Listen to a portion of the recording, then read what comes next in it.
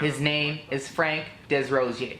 He has been kayaking for 16 years, since he was 8 years old, and now he is going to go and compete for Canada at the ICF Canoe Marathon World Championships in South Africa. I've been racing I've been a paddler for about 16 years, since I was 8 years old. I'm 24 now, it's a very long time. I started paddling at the Otter River Canoe Club down in Dunrobin.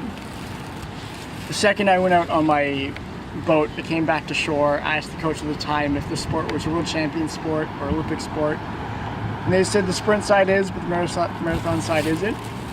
So I told them I'd do anything it takes to go to the Olympics and win worlds. It's an interesting type of race. It doesn't consist with just kayaking in the water, yet also carrying it on land and running with it. We're running with our boat every loop with a portage for about 100 meters, get back in and keep kayaking. The last little loop is going to be about a kilometer to make the portage make sense. And we're going to race for Canada as fast as I can. It has been a long battle to get to South Africa.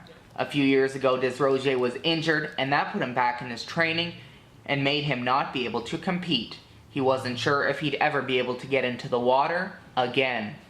Now, his dream has came true, and he will be able to compete. The championships start on Sunday, and although his family will not be able to be there to cheer him on, they will be from here at home.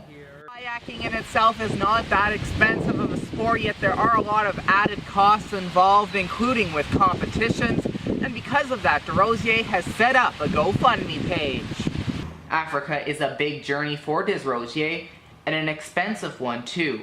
His friends have set up a GoFundMe page for him to make his life a little bit easier when he comes home. Raising money for one, the biggest one is the plane ticket. It's about $2,000 plane ticket. For our clothing, $500 worth of clothing we had to pay for.